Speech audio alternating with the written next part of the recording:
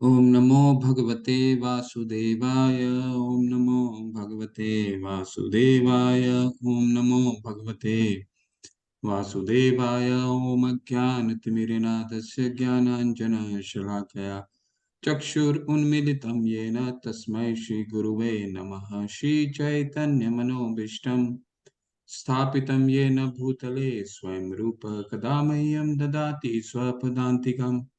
वन्देऽहं श्रीगुरुं श्रीयुतपदकमलं श्रीगुरुं वैष्णवांश्च श्रीरूपं सागरजातं सहगना रघुनाथान्वितं सजीवं साद्वैतं सावधूतं परिजनसहिता कृष्णचैतन्यदेवं श्रीराधाकृष्णपादान् सहगना ललिता श्रीविशाखावितांश्च।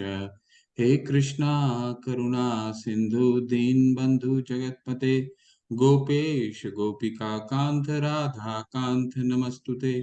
तप्त कांचन गौरांगी राधे वृंदावनेश्वरी वृषभानुसुते देवी प्रणमामि हरिप्रिये। वाञ्छाकल्पतरुभ्यश्च कृपा सिन्धुभैव च पतितानां पावनेभ्यो वैष्णवेभ्यो नमो नमः।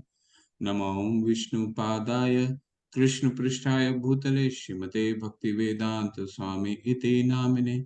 नमस्ते सरस्वते देवे गौरवाणी प्रचारिणे निर्विशेष शून्यवादी पाश्चात्य देश तारिणे। जय श्री कृष्ण चैतन्य प्रभु नित्यानंदा श्री अद्वैत गदाधर शिवासादि गौर भक्त वृंद। नमो महावदानाय कृष्ण प्रेम पदायते कृष्णाय कृष्ण चैतन्य नामने गौरीतशे नमः। हरे कृष्णा कृष्ण कृष्णा हरे हरे, हरे राम राम राम हरे हरे। हरे कृष्णा। आप सभी का पांचवें अध्याय पांचवें दिन में हार्दिक अभिनंदन है। और जैसे आप शीर्षक देख रहे हैं कर्म योग, तो आपके मन में एक संशय उत्पन्न हुआ होगा कि 2 दिन पहले तो हमने पढ़ा कर्म योग, दोबारा प्रभु जी क्या रिपीट कर रहे हैं क्या?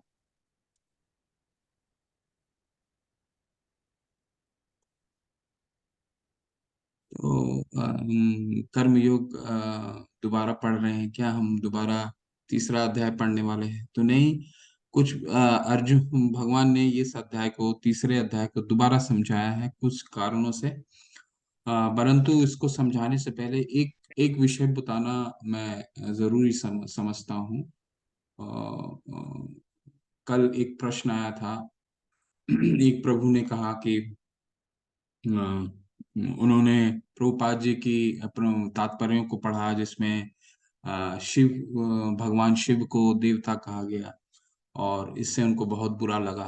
तो इस संदर्भ में मैं पहले थोड़ा सा स्टार्ट करता हूँ। एक छोटी सी स्टोरी से स्टार्ट करेंगे, फिर कब आज कोशिश करेंगे कि आज अध्याय को जल्दी समापन करें और एक एक चैंटिंग करें। तो एक छोटा सा कथा है कि जिसमें जब भी हम गीता पढ़ना शुरू करते हैं, शुरुआत के जब खासकर हम शुरू के समय में स्टार्टिंग हमारा पॉइंट रहता है, तो कोशिश करें हम गुरु के सानिध्य में इसको पढ़ने का प्रयास करें। क्यों? हो सकता है हम बहुत कई हमारा संस्कृत पे विद्वान हो हम।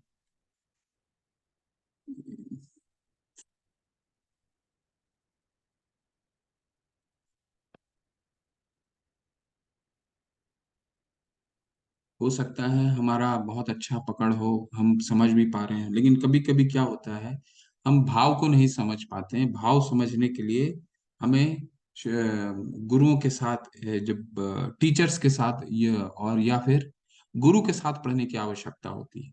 ठीक है। हम कोई भी एजुकेशन लेते हैं तो हो सकता है हम बहुत ही एक्सपर्ट हों, पढ़ पढ़ भी पाए, परंतु वो जो किताब है अगर हम खुद लेकर के आएंगे बिना टीचर के हेल्प के, तो उसको पढ़ना, हमें समझना, हो सकता है हम नियम को समझ लें परंतु उसका उसका भाव को नहीं समझ पाएंगे। ठीक है। अब जैसे एक छोटा सा आपको स्टोरी बताता हूँ। एक बहुत ही वरिष्ठ भक्त ने अपने कथा में सुनाया था। एक बार क्या होता है, एक मंदिर होता है, मंदिर में मंदिर का प्रशासन जो होता है वो बहुत ही परेशान होता है। क्यों परेशान होता है? कि मंदिर में चप्पल और जूते, जो सीढ़ियां होती हैं उसके बाहर चप्पल जूते रखे रहते हैं, तो मंदिर घुसने से पहले अगर भक्त किसी को भी चप्पल जूते दिख जाएंगे तो उसको अच्छा फील नहीं होता है। तो प्रशासन बड़ा परेशान रहता था। और लोगों के चप्पल जूते भी इधर उधर हो जाते थे, सारे चप्पल जूते लोग छोड़ के चले जाते थे। तो मंदिर के प्रशासन ने क्या किया, मंदिर के प्रशासन ने पहले तो बोर्ड लगा दिया कि जिनको जिन जो चप्पल स्टैंड में नहीं रखे, जो चप्पल अपने चप्पल स्टैंड में नहीं रखेगा उसे जुर्माना भरना पड़ेगा। वो बोर्ड पढ़ने के बाद भी किसी ने ये उनको नहीं माना, और चप्पल को चप्पल स्टैंड में कोई नहीं रखने जाते थे। बड़े परेशान रहे मैनेजमेंट। इसके बाद उन्होंने क्या किया, इसके बाद फिर दो सिक्योरिटी गार्ड को उन्होंने ट्रेन किया, दो सिक्योरिटी गार्ड को ट्रेन किया, बोला कि तुम यहाँ खड़े रहो, और खड़े रहने के बाद जो भी यहाँ पे चप्पल जूते को रखेगा, तुमको एक ही काम है, उसे चप्पल और जूते को बोलना है कि तुम चप्पल के वो स्टैंड में जाकर के रखो। तो सिक्योरिटी गार्ड ने जैसा उनके प्रशासन ने उनको बताया था, वैसा ही उन्होंने उसको निभाया। वो किसी को भी, जो भी वहां पे चप्पल या जूते को खोलता था, उसको बोलता था यहाँ नहीं खोलना है आपको, चप्पल को चप्पल स्टैंड में जाकर के खोलो। प्रशासन बड़ा खुश हो गया, क्योंकि जो समस्या थी वो सारा समस्या हल हो गया। एक दिन क्या होता है, एक बहुत ही वृद्ध गृहस्थ आते हैं, पति और पत्नी आते हैं और गाड़ी से आते हैं, और देखते हैं कि जो चप्पल जूता का जो स्टैंड है, वो जूते का स्टैंड में बहुत लंबी लाइन लगी होती है। तो वो क्या करते हैं, चप्पल और जूते को अपनी गाड़ी में ही रखते हैं, और उसको रख करके मंदिर जाते हैं। सिक्योरिटी गार्ड वहां पे रुकता है, रुको रुको रुको रुको रुको, तुम्हारा चप्पल जो कहाँ है? तो वो बताते हैं कि हमने तो चप्पल, क्योंकि लाइन इतनी लंबी लगी हुई है, तो हमने गाड़ी में ही इसको रख दिया और फिर हम जा रहे हैं। बोला नहीं नहीं नहीं नहीं नहीं, हमारे प्रशासन ने बोला है चप्पल को चप्पल स्टैंड में ही जा करके रखो। ठीक है। तो वो जो प्रभु होते हैं, जो पुरुष होते हैं, वो बोलते हैं कि नहीं, इसमें गलती क्या हमने करी, हमने तो अपनी गाड़ी में ही रख दिया, चप्पल तो हम यहाँ नहीं खोल रहे हैं, हमने तो अपनी गाड़ी में खोल के आए। फिर भी जो वहां पे सुरक्षा कर्मी थे, उन्होंने बोला नहीं, तुमको चप्पल को चप्पल स्टैंड में यहाँ पे लाना होगा और उसको फिर स्टैंड में रखना होगा। तो वो अपनी जिद पे अड़े रहे, और बाद में वो जो दोनों गृहस्थ थे, जो पति और पत्नी, उन्होंने गए, चप्पल को फिर जा करके चप्पल अपने गाड़ी से उन्होंने निकाला और चप्पल को चप्पल स्टैंड में रखा।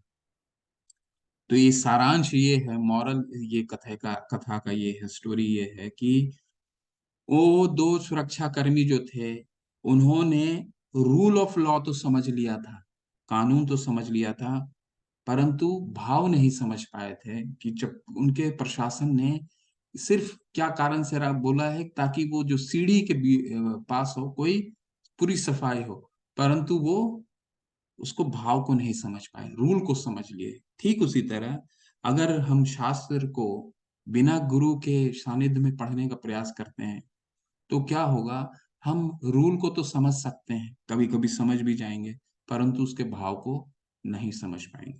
ठीक है।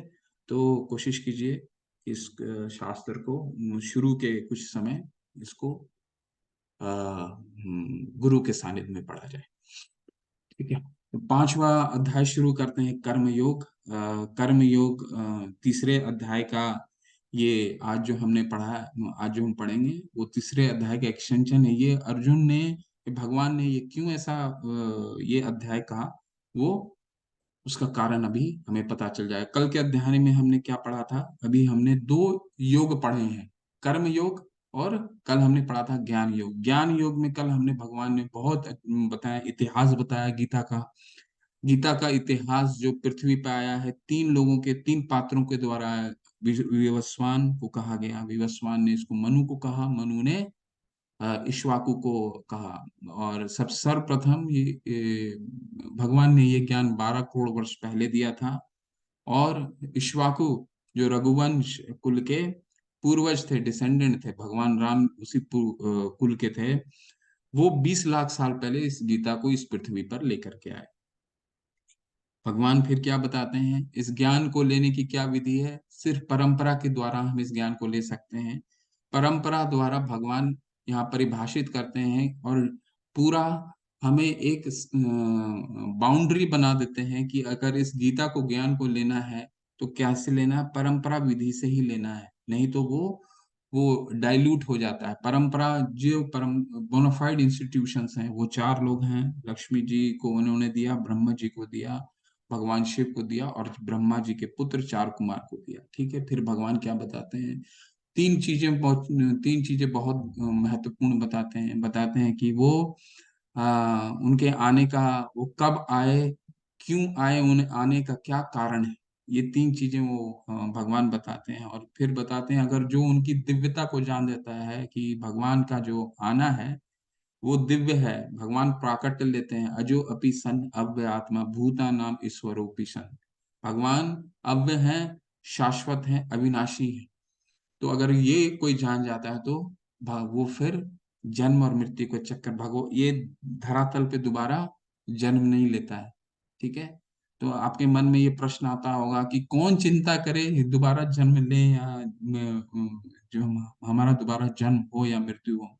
हम अपने डेली रोजाना की जिंदगी में इतने व्यस्त हैं कि इसको इससे ऊपर सोचने के लिए हमारे पास समय कहाँ है। तो भगवान इन सबों का आज उत्तर देंगे कि अगर हम आज नहीं सोचे तो हमें कभी ना कभी हमारे इस सोचने पे इसे हमें आज ही सोचना पड़ेगा। ठीक है। तो इसके बाद फिर हम क्या देखते हैं, भगवान फिर एक ज्ञान लेने की विधि बताते हैं। ज्ञान लेने की क्या विधि है? गुरु के द्वारा ज्ञान ले सकते हैं, और गुरु के तत्व को भगवान समझाते हैं 34वें श्लोक में कि गुरु कौन होता है, गुरु से हमें किस तरह ज्ञान लेना है, उनसे विवेकपूर्ण ढंग से उनसे ज्ञान लेना है, उन्हें उनसे पूछना है, उनसे सारे डाउट्स अपने क्लियर करने हैं, सारी शंकाएं क्लियर करनी है। परंतु उस शंकाओं को पूछने का अंदाज कैसा होना चाहिए? विनीत भाव से। क्यों? क्योंकि वो तत्वदर्शी हैं, उन्होंने तत्व का दर्शन, भगवान का दर्शन किया है। ठीक है। ऐसा करके भगवान और सबसे अंत में क्या बताते हैं? अंत के दो श्लोक जो हैं वो 5वें अध्याय का, कल भी मैंने बताया था, वो शुरुआत रखता है। 41वें श्लोक में भगवान क्या बताते हैं कि जो अपने कर्म फलों को त्यागता है, अपने कर्म फलों को त्यागता है, कैसे त्यागता है? ज्ञान के द्वारा कर्म फलों को त्यागता है, वो आत्मपरायण बनता है। 41वें श्लोक में भगवान बताते हैं। और फिर बताते हैं 42वें श्लोक में कि अर्जुन उठो और तुम इस ज्ञान को अपने अज्ञान को, इस ज्ञान से अंधकार को मिटाओ और लड़ाई करो, युद्ध करो। तो अर्जुन ये फिर कंफ्यूज हो जाते हैं। ठीक है, क्यों कंफ्यूजन होता है? चलिए इसको पढ़ते हैं। तो ये कुछ संशय अर्जुन को मन में आता है। तो अर्जुन क्या समझते हैं? भगवान कहते हैं कर्म फल का त्याग करो ज्ञान लेकर के। अर्जुन को क्या समझ में आता है? अर्जुन को समझ में आता है कि भगवान ने कर्म फल की जगह कर्म का त्याग करने के लिए बोल दिया। ठीक है। और फिर वो ये प्रश्न दोबारा पूछते हैं, जो वो तीसरे अध्याय में वो प्रश्न उन्होंने पूछा था कि भगवान क्या श्रेष्ठ है, कर्म का त्याग श्रेष्ठ है या कर्म फल का त्याग श्रेष्ठ है? तो ये प्रश्न दोबारा पूछते हैं, जिसके कारण भगवान ये कर्म योग को दोबारा 5वें अध्याय में समझाते हैं। अर्जुन उवाच संन्यासात् कर्मणा कृष्ण पुनर्योगं च संशसि यच्छ्रे एतयोरेकं तन्मे ब्रूहि सुनिश्चितम्। तीसरे अध्याय में अगर आपको स्मरण है, याद है, अर्जुन ने पूछा था, आपने इतनी चीजें दूसरे अध्याय में बता दी हैं कि कर्म योग से अच्छा ज्ञान योग है, ज्ञान योग से सर्वश्रेष्ठ बुद्धि योग है। ठीक है। पर करना क्या है? एकम वदा। भगवान कहते हैं, एक अर्जुन पूछते हैं एकम वदा, एक चीज बताइए। वो चीज यहाँ पे दोबारा पूछ रहे हैं, एत योर एत योर एकम, एक चीज बताइए। अर्जुन ने कहा, हे कृष्ण, पहले आप मुझसे कर्म त्यागने के लिए कहते हैं और फिर भक्ति पूर्वक कर्म करने का आदेश देते हैं। क्या आप अब कृपा करके निश्चित रूप से मुझे बताएंगे कि इन दोनों में से कौन अधिक लाभप्रद है? ठीक है, अधिक लाभप्रद कौन है? ये अर्जुन दोबारा प्रश्न कर रहे हैं। ठीक है। कर्म फल को त्याग को भगवान अर्जुन क्या समझते हैं? कर्म का त्याग समझ लेते हैं। ठीक है। तो भगवान वो दोबारा उस विषय को लेकर के आएंगे जहां पे तीसरे अध्याय में भगवान ने क्या बताया था? कर्म इंद्रियाणि संयम या आस्ते मन सा स्मरण। इंद्रियार्थान विमूढ़ात्मा मिथ्याचार स उच्यते। उसमें भगवान ने ये समझाया था, जैसे मैंने कल भी आपको याद दिलाने की कोशिश की थी, कि वो जो धूम्रपान करता हुआ जो साधु का जो स्लाइड है, उसको हमेशा अपने मन में बैठा लीजिए। वो एक मिथ्याचारी को डिनोट, एक मिथ्याचारी का भगवान बताते हैं मिथ्याचारी से उच्चते, जिसका हृदय शुद्ध नहीं है वो मिथ्याचारी कहलाता है। उस चीज को भगवान दोबारा यहाँ पर अर्जुन को उनसे समझाएंगे। श्री भगवान उवाच संन्यासा कर्म योगश्च निःश्रेयस्कुर्वो भव तय तयोस्तु कर्म संन्यासात् कर्म योग विशेष्यते। श्री भगवान ने उत्तर दिया, मुक्ति में लिए तो कर्म का परित्याग तथा भक्तिमय कर्म कर्म योग दोनों ही उत्तम है, किंतु इन दोनों में से कर्म के परित्याग से भक्ति युक्त कर्म श्रेष्ठ है। भगवान कहते हैं दोनों ठीक है, ठीक है, कर्म कर्म का संन्यास भी ठीक है, बशर्ते हृदय शुद्ध है। अगर हृदय शुद्ध है तो वो ठीक है, परंतु उससे कर्म फल का त्याग श्रेष्ठ है। ठीक है, ये क्यों श्रेष्ठ है, हम 18वें अध्याय में भगवान और भी अच्छे से इसको क्लियर में बताएंगे। ठीक है, तो क्योंकि इसमें क्या पतन होने का, हृदय जब शुद्ध नहीं होता है, तो हमने राजा भरत का कथा सुना था तीसरे अध्याय में।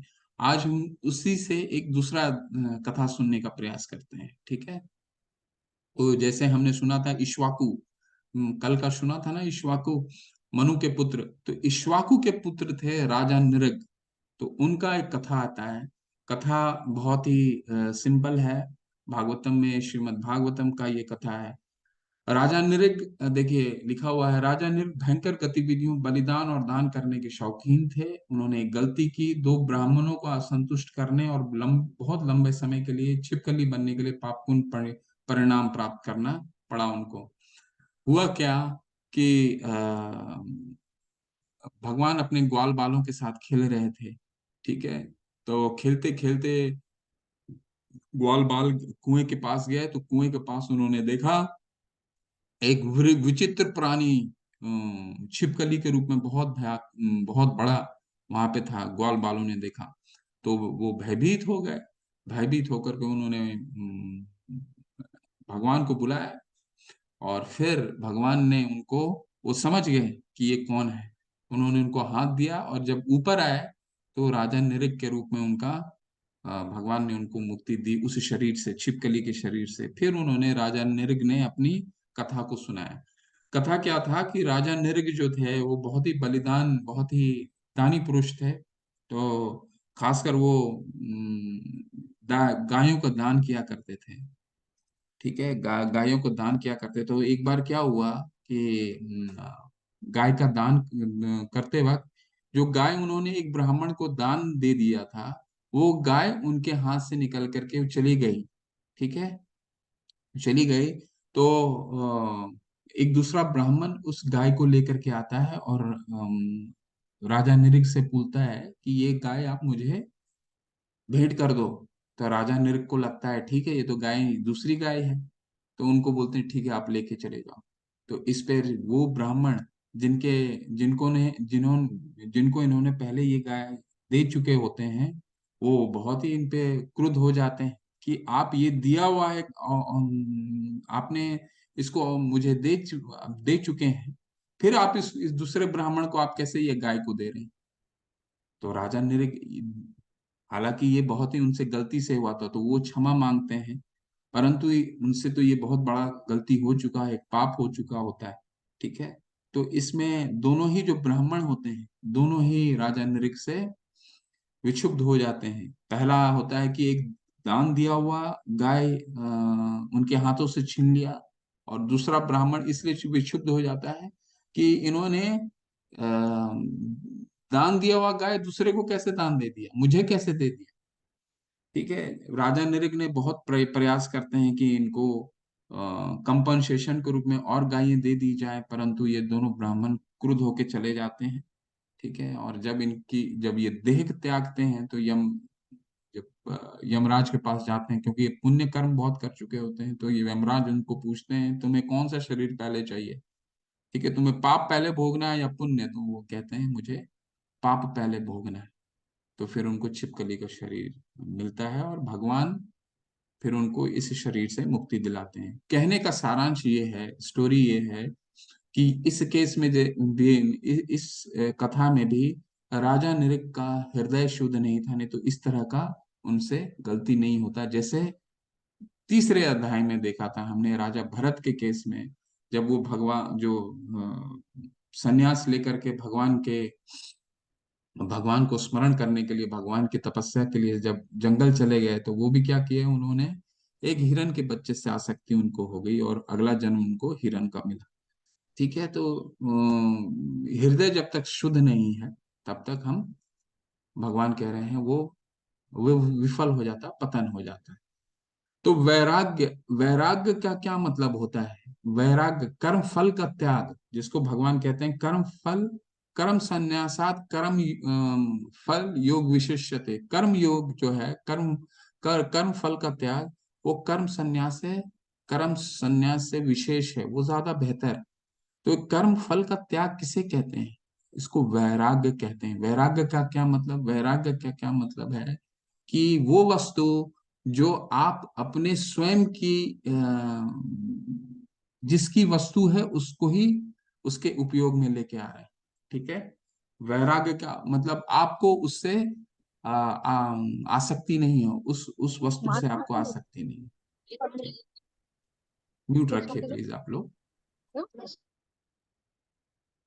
बहुत अच्छा एक श्लोक आता है भक्ति रसामृत सिंधु में, वैराग्य को परिभाषित करते हैं। क्या है देखिए, सुनिए। पाप किंचितया बुद्धया हरि संबंधी वस्तुना मुमुक्षुभि परित्यागो वैराग्यम फल्गु कथयते। जब लोग भगवान से संबंधित चीजों की मुक्ति को प्राप्त करने के लिए उत्सुक होते हैं तथा उन्हें भौतिक होने के लिए सोचना, उनके त्याग को अधूरा कहा जाता है। तो यहाँ बहुत ही सामान्य उदाहरण देने का प्रयास करते हैं। भगवान क्या है, समझाने का प्रयास कर रहे हैं। सन्यास किसको कह सकते हैं? सन्यास उसको कहा जाता है जब वो वस्तु हमारी है, हम ये मान लीजिए हम एक भाड़े के घर में रहते हैं। ठीक है, तो भाड़े के घर में रहते हुए हम क्या अपने मकान मालिक को बोल सकते हैं कि मैं छोड़ करके जा रहा हूं, मैं सन्यास ले रहा हूं तुम्हारा मकान से? हम, जब तक वो वस्तु हमारी नहीं है, हम सन्यास उससे कैसे ले सकते हैं? ठीक है, तो सन्यास का क्या मतलब होता है कि हम अपनी वस्तु से सन्यास, हम अपनी वस्तु को छोड़ के जा रहे हैं, परंतु हमारी तो कोई वस्तु है ही नहीं इस दृश्य जगत में, सारे भगवान की वस्तु है। ठीक है, हमारी आंखें भगवान की नहीं है, हम जो मुंह से बोल रहे हैं वो हमारी नहीं है। ठीक है, एक बार हमारे जो उदर है, हमारा शरीर का कोई अंग, हम जिसको हम कहते हैं सबसे ज्यादा प्रिय कौन है, जिसको सबसे ज्यादा हमारा हम किसको अपना कह सकते हैं? अपने शरीर को। अब शरीर का कौन सा अंग ऐसा है जो हम अपने आप के तरीके से घुमा सकते हैं जब तक भगवान की आज्ञा नहीं? ये उंगली भी घूमता है तो उसमें भी भगवान की जब तक चेतना नहीं हो तब तक ये उंगली नहीं घूम सकता। ठीक है, हमें लग रहा है ये उंगली हम घुमा रहे हैं। ठीक है, अब ठीक उसी तरह मान लीजिए हम एक रूम में बैठे हुए हैं। ठीक है, और आपके पास वो स्विच ऑन स्विच ऑफ का ट्यूब है। आपको लग रहा है कि मैं स्विच ऑन स्विच ऑफ करके ये ट्यूबलाइट को ऑन ऑफ कर रहा हूं, परंतु ये ट्यूबलाइट इसलिए स्विच ऑन स्विच ऑफ हो रहा है क्योंकि आपकी ये जो पावर है ये कहीं और से आ रही है, पावर हाउस। जहाँ जिस दिन वो पावर हाउस बंद हो जाएगा तो आप कितना भी बटन ऊपर नीचे कर लीजिए, आपका ट्यूबलाइट नहीं जलने वाला है। ठीक है, तो ये हमारा कोई भी अंग हमारा कार्य नहीं, हम जब खाना भी खाते हैं तो वो पचाने की भी शक्ति नहीं होती हमारे में। जब 15वें अध्याय में हम पहुंचेंगे, आप लोग म्यूट रखिए प्लीज।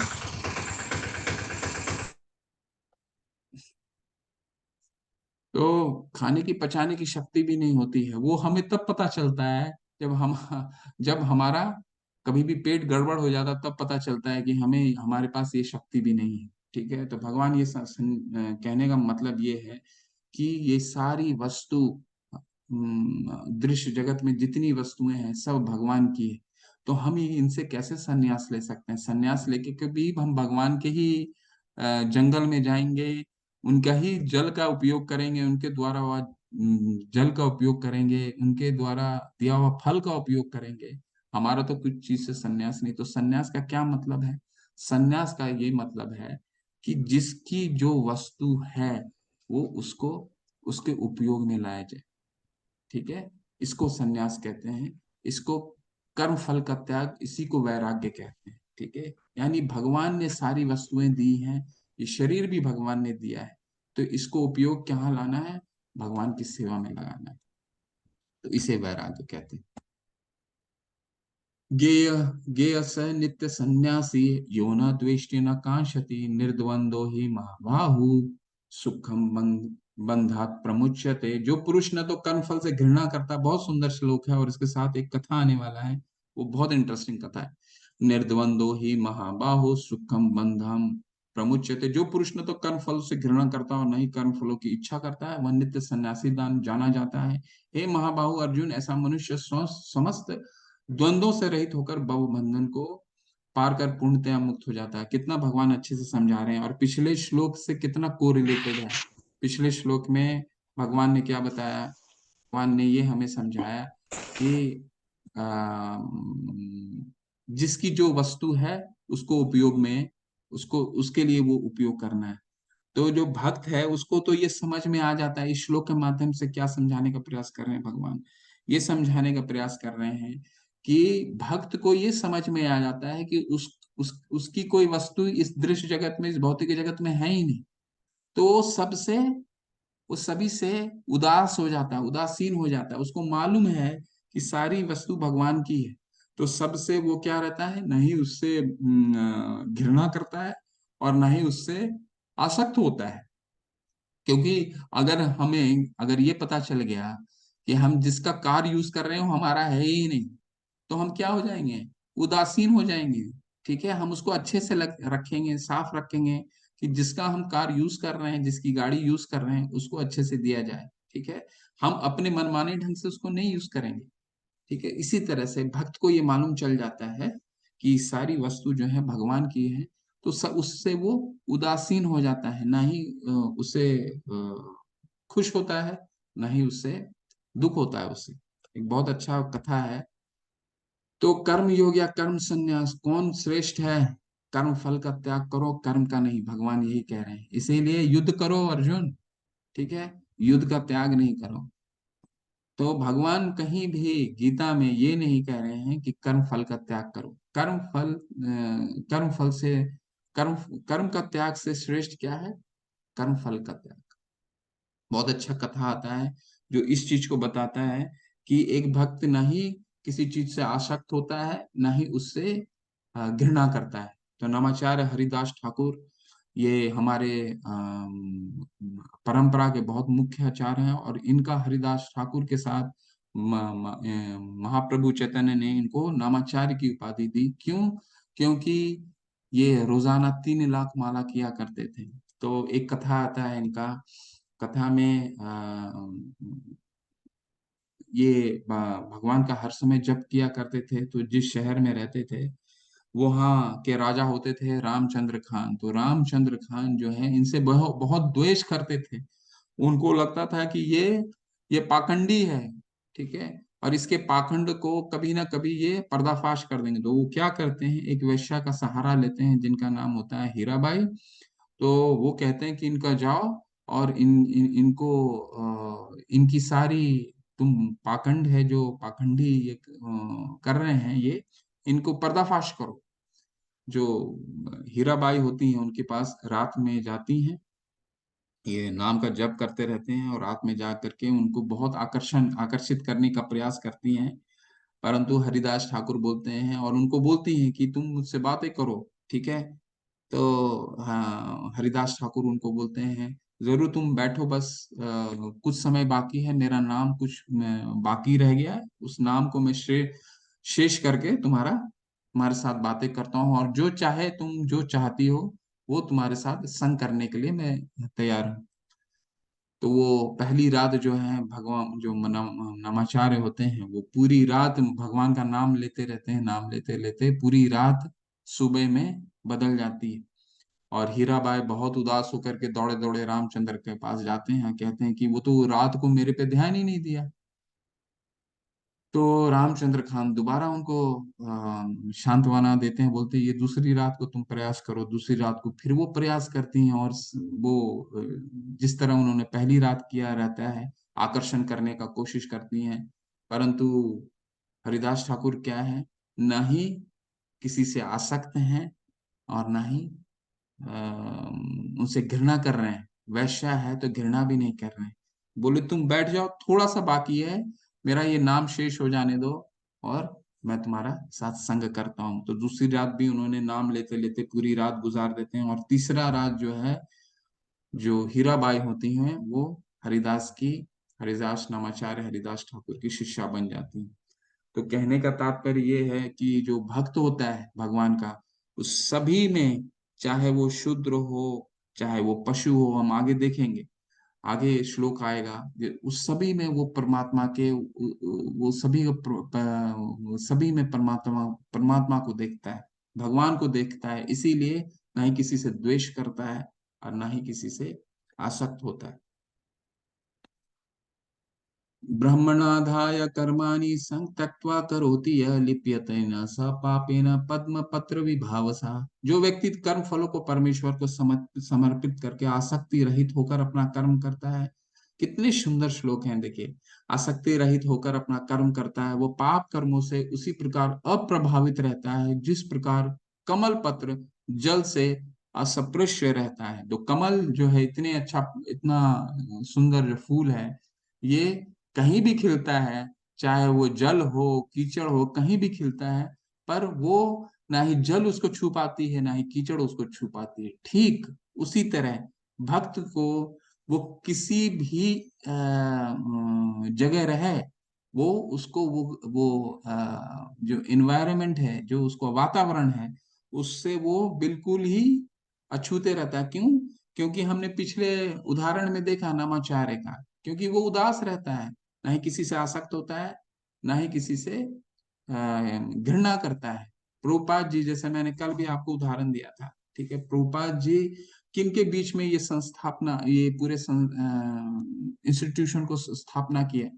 उन्होंने ये पूरे आंदोलन का शुरुआत हिपियों के बीच में किया। हिपीज कौन थे?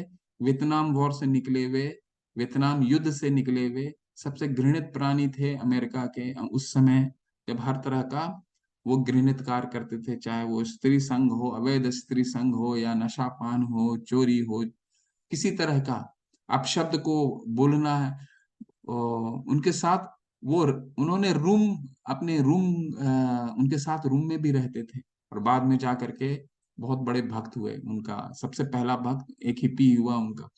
तो परंतु क्या, पद्म पद्म पत्र विभावसा, प्रभुपाद जी क्या थे? पद्म पत्र विभावसा, उनसे बिल्कुल अछूते थे। ठीक है। तो जैसे उनको गुरु भाई ने, कल भी मैंने ये उदाहरण दिया था, जबकि जब जा रहे थे तो उन्होंने बहुत लोगों ने समझाने का प्रयास किया कि आप अमेरिका जा रहे हो, तो आपको उनके संस्कृति को अपनाना पड़ेगा, अगर आपको अपनी बात कहनी है, अपनी बात समझानी है। ठीक है। वहां तो नास्तिक लोग रहते हैं, और आप तो एक ऐसे भगवान का नाम लेकर के जा रहे हैं जिसको तो उन्होंने सुना भी नहीं है। ठीक है। तो उन्होंने बोला कोई बात नहीं, मुझे उनकी संस्कृति अपनानी नहीं है, उनके कल्चर अपनाने की आवश्यकता नहीं है, मैं तो भगवान का नाम देने जा रहा हूँ। उन्होंने वही किया। उनसे अछूते रहते हैं। हनुमान ने लंका को भगवान राम को भेंट के रूप में जलाया, उनकी शक्ति के प्रदर्शन के रूप में नहीं, वह अपने कर्म के फल से नहीं जुड़ा था। इसने इसने उन्हें तुरंत प्रभु की अग्नि सेवा में शामिल होने के लिए सक्षम किया, क्योंकि उनकी हर सांस प्रभु की सेवा के लिए थी। तो एक और उदाहरण है पद्म पत्र विभावसा, हनुमान जी। हनुमान जी क्या थे? उन्होंने पूरा लंका दहन किया था, और लंका दहन में असंख्य असुर मारे गए थे। ठीक है। परंतु ये दहन उन्हें क्रोध से नहीं किया था, भगवान की प्रसन्नता के लिए किए थे। तो अपने वो जो क्रोध, जो उनको क्रोध आया था, उस क्रोध को भी भगवान की सेवा में उन्होंने लगाया। ठीक है। तो उनको मालूम था कि जो क्रोध भी उनका है, जो क्रोध भी है, जो उनका क्रोध इमोशन होता है, वो भी उनका नहीं है, वो भी भगवान का दिया हुआ है। तो हम अपनी उपलब्धियों को कृष्ण के चरण कमलों पर रखना चाहिए, ताकि इसके लगाव से छुटकारा मिल सके। हमें अगर सफलता मिलती है तो भगवान को हाथ जोड़ना चाहिए कि आपके कारण हमें ये सफलता मिली है। और हम अगर असफल होते हैं, जैसे हमारे बीच में दूसरे दिन प्रश्न आया था कि बहुत असफलता मिली है परीक्षा में, तो वो भी भगवान को आशीर्वाद लेकर के हमें समझना है। और अगर हमें असफलता भी मिली है तो हमें ये भगवान का कोई निर्देश समझने का प्रयास करना है। ठीक है। तो ये आप लोग वीडियो देखिए, बहुत सुंदर वीडियो है। एक मिनट।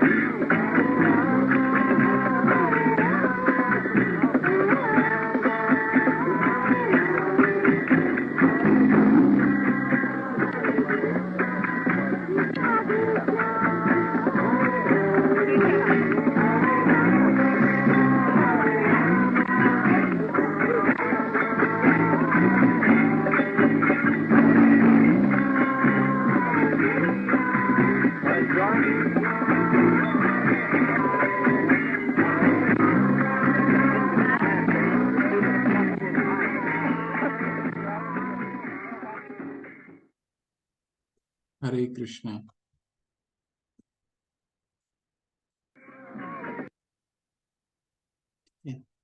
बहुत सुंदर वर्ष वर्ष है ये। विद्या विनय संपन्ने ब्राह्मणे कवि हस्तनि शुनि चैव शपाके च पंडिता समदर्शिना। विनम्र साधु पुरुष अपने वास्तविक ज्ञान के कारण एक विद्वान तथा विनीत ब्राह्मण, गाय, हाथी, कुत्ता तथा चंडाल को समान दृष्टि या संभाव से देखते हैं। ठीक है। तो हमने अभी 2 स्लाइड पहले नामाचार्य हरिदास ठाकुर का उदाहरण दिया। तो ज्ञानी व्यक्ति भगवान क्या समझा रहे हैं? चाहे वो चंडाल हो। चंडाल कौन होता है? जो कुत्ते का मांस खाता है। ठीक है। चाहे वो पंडित हो, चाहे वो कुत्ता हो, गाय हो या हाथी हो, सबको समान दृष्टि से देखता है। समान दृष्टि से देखने का मतलब ये नहीं है कि कल को हम हाथी के आकर के अगरबत्ती डालने लगे। वो कहने का तात्पर्य नहीं है। कहने का तात्पर्य ये है कि उसको ये पता चल चुका है कि आत्मा और ये शरीर, ये दोनों भिन्न हैं। और हम अपने कर्मों के अनुसार हमें ये कपड़े रूपी शरीर मिलता है। तो हम जिस तरह का कर्म करेंगे उस तरह का हमें ये कपड़ा मिलेगा। तो परमात्मा क्या है? परमात्मा किसी शरीर में भेद नहीं करते। ठीक है। परमात्मा सभी शरीर में विद्यमान रहते हैं। ईश्वर सर्वभूतानाम हृदय से अर्जुन तिष्ठति। 18वें अध्याय में भगवान कहेंगे कि मैं सभी के हृदय में हूँ। ठीक है। तो भगवान सभी के हृदय में रहते हैं, चाहे वो एक हाथी हो, चाहे वो कुत्ता हो या चंडाल हो। और एक ज्ञानी व्यक्ति क्या है? ज्ञानी व्यक्ति को ये मालूम चल जाता है कि ये कुत्ते का जो आज कपड़ा मिला हुआ है, वो जरूर ये कर्मों के कारण इसे कुत्ते का कपड़ा मिला है। ठीक है। तो और ये हमें मनुष्य जीवन मिला है, तो ये मनुष्य जीवन अनमोल है। वो हम आगे आज सबसे अंतिम स्लाइड देखेंगे, वो अनमोल है। ठीक है। तो ये एक ज्ञानी व्यक्ति को ये पता चल जाता है, और वो उसी के साथ ही, वो उसी तरीके से सभी के साथ ना ही द्वेष करता है और ना ही उस किसी से आसक्त होता है। ठीक है। इसीलिए पशुवध को पशुवध जो होता है उसको शास्त्रों में उसको निषेध किया गया है। क्यों?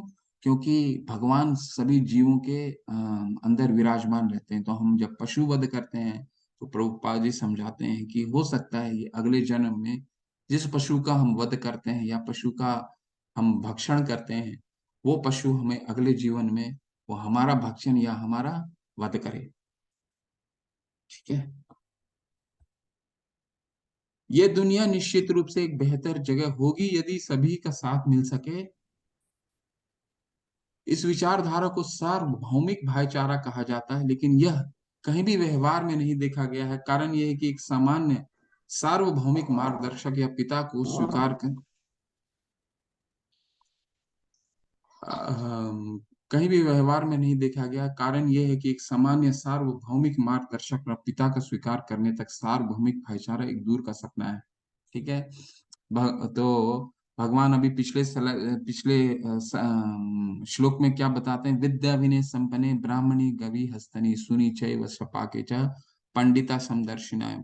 सभी एक ब्राह्मण एक ज्ञानी व्यक्ति सभी को भगवान के अंश के रूप में देखता है। तो यहाँ प्रभुपाद हमें समझाना चाह रहे हैं कि ये अगर सब में ये ज्ञान आ जाए कि सब एक ही सब भगवान के अंश हैं और सारे जो मनुष्य हैं वो भगवान के ही पुत्र हैं, भगवान के ही बच्चे हैं, तो एक सार्वभौमिक भाईचारा का माहौल होगा। ठीक है। जब विश्व युद्ध दूसरा विश्व युद्ध खत्म हुआ था, वर्ल्ड वॉर 2 खत्म हुआ था, तो यूनाइटेड नेशन अंतर्राष्ट्रीय संयुक्त संघ ये का गठन किया गया था। इसका मुख्य उद्देश्य ये था कि पूरे संसार भर में एक पीस का माहौल सभी सभी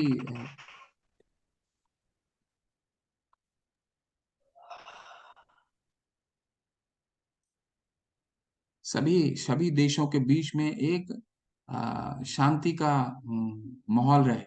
परंतु क्या वो सभी से वो संस्था जो बनी है वो अपने उसमें कामयाब हो पाई है क्या? वो अपने अपने ऑब्जेक्टिव में कामयाब हो पाई है क्या? नहीं कामयाब हो पाई है, तभी तो दो देश लड़ रहे हैं। हमने एक साल के अंतर ही देखा क्या, दो देशों के बीच में लड़ाई युद्ध हो रहा है।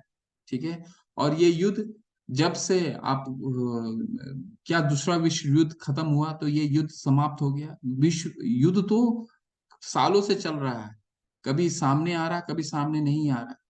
तो प्रभुपाद जी हमें क्या समझाना चाह रहे हैं? प्रभुपाद जी हमें ये समझाने का प्रयास कर रहे हैं कि अगर हमें ये मालूम चल जाए कि सभी लोग भगवान के ही बच्चे हैं, तो एक सार्वभौमिक भाईचारा का माहौल उत्पन्न हो सकता है। चीनी चीनी भारत चीनी भाई भाई हम बोलते तो हैं, लेकिन क्या है उसका इम्प्लीमेंटेशन नहीं होता है, उसका व्यवहारिक रूप से कहीं दर्शन नहीं होता है। प्रभुपाद जी ने अपनी इस संस्था में इसको कर करके दिखाया। एक छत्र के नीचे आप देख सकते हैं सभी सभी राज्य के लोग, सभी देश के लोग, सभी प्रांत के लोग, अलग अलग भाषा बोलने वाले लोग, अलग अलग धर्म को मानने वाले लोग,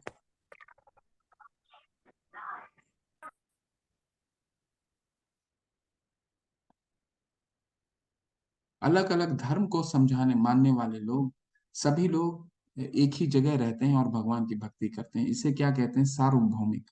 तो प्रभुपाद जी का यही था कि सारे विश्व में ये सार्वभौमिक विचारधारा फैलाया जाए। बहुत सुंदर श्लोक आता है, ये ही संस्पर्शचाद भोगा दुख योना एवते यादंतवंत कौन्तेय नयते शूरम ते बुधा। बुद्धिमान मनुष्य इस दुखों के कारणों में भाग नहीं लेता जो कि भौतिक इंद्रियों के संसर्ग से उत्पन्न होते हैं। हे कुंती पुत्र, ऐसे भोगों का आदि तथा अंत होता है, अतः चतुर व्यक्ति उनमें आनंद नहीं लेता। कितना सुंदर भगवान ने बताया है कि हम जो भी चीजों से सुख लेने के लिए प्रयासरत रहते हैं वही हमारे दुखों का कारण बनता है। ठीक है। और इस चीज को आप किसी चीज से जोड़ करके देख सकते हैं, किसी भी चीज जो जिसके लिए हम प्रयासरत रहते हैं। ठीक है। मान लीजिए कोई एक व्यक्ति है जो जो पैसा कमाने के प्रति प्रयासरत है। ठीक है। आज उसे 1 करोड़ रुपया कमाने का 1 करोड़ कमाने का उसको कमाना है। तो उसके लिए प्रयास करता है, जब एक तक पहुंच जाता है तो वहां समापन नहीं होता है। ये ह्यूमन नेचर है, ये मनुष्य की प्रवृत्ति है कि जब वहां पहुंच जाता है तो फिर और आगे की सोचता है, 10 की सोचता है। तो ये 1 और 10 के बीच का जो गैप है, ठीक है, ये 9 का जो गैप है, वो 9 का जो गैप है, वो 9 जो है उससे हमेशा परेशान करता रहता है। और जब वो 9 पूरा हो जाता है तो 10 से 20 जाता है, 20 से 30 जाता है, 30 से 40 जाता है। और वो जो गैप है, वो जीवन भर वो गैप रह ही जाता है। और वो हमेशा उसको दुखों का कारण बनता है, क्योंकि ये जो प्रयास है, 9 का प्रयास है, एक जब पहुंचता है तो 10 पहुंचने की ललक, 10 जब पहुंचता है तो 20 पहुंचने की ललक। तो ये जो बीच का जो गैप है, ये गैप क्या होता है, उसके दुखों का कारण बनता है। उतार चढ़ाव दुखों का कारण बनता है। अभी कुछ उदाहरण के रूप में देखते हैं। जैसे आप कई ये रोशनी वाले कीड़े को दिवाली में भी आएंगे, सारे के सारे। दिवाली, ये जो कीड़े होते हैं, क्या होता है, ये इनको रोशनी से बहुत लगाव होता है। लेकिन ये, अगर आप देखेंगे, रोशनी, जहां भी रोशनी होगी, खासकर ये बारिश के बाद या दिवाली के समय आते हैं, ये रोशनी होगी, वो उस लाइट के आसपास ही मंडराते नजर आएंगे। ठीक है, और सुबह आप देखिए तो सब के सब मरे पड़े पाएंगे आपको, जमीन में गिरे होंगे। तो ये जो लाइट ही है जो उनके मृत्यु का कारण बनता है। ठीक उसी तरह हिरन, हिरन को पकड़ना बहुत ही मुश्किल है, बहुत तेज भागते हैं वो। तो हिरन को एक एक तरह से विसिल से, उनको उसको साउंड से, किसी तरह एक साउंड से बहुत ही लगाव रहता है। और जो उनको शिकारी होते हैं, वो क्या करते हैं, वो उस तरह का विसिल बजाना जानते हैं, या विसिल बजाते हैं। जैसे ही वो विसिल बजाते हैं, उस हिरन को आकर्षण आता है, हिरन को आकर्षण आता है, और फिर उसको वो पकड़ते हैं और उसका, फिर उसको वध करते हैं। ठीक है, ठीक उसी तरह मधुमक्खी है, मधुमक्खी फूल के ऊपर जो उसका रस पीने के लिए जाता है, और फिर पानी में गिरता है या फूल के चपेट में आता है। ठीक है, मछली को देख लीजिए, मछली को, जो भी मछली पकड़ते हैं वो क्या करते हैं, वो डंडे पे कुछ खाने का डाल देते हैं।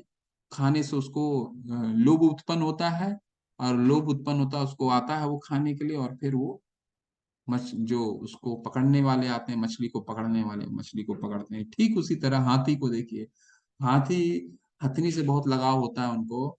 तो हथनी को क्या करते हैं, जो सर्कस वाले होते हैं, वो किस तरह पकड़ते हैं, वो हथनी को एक पेड़ में बांध देते हैं, और उस पेड़ के आगे बहुत बड़ा एक गड्ढा की खुदाई कर देते हैं, और गड्ढे, खुदाई वाले गड्ढे के ऊपर वो घास से उसको ढक देते हैं। ठीक है, और जो हाथी होता है उसको छोड़ देते हैं। तो हाथी क्या करता है, वो हथनी के हथनी को पानी की लालसा में उसके पास दौड़े हुए आता है, और फिर वो जो ढका हुआ गड्ढा रहता है, उस गड्ढे में वो गिरता है, और फिर उसको पकड़ा जाता है।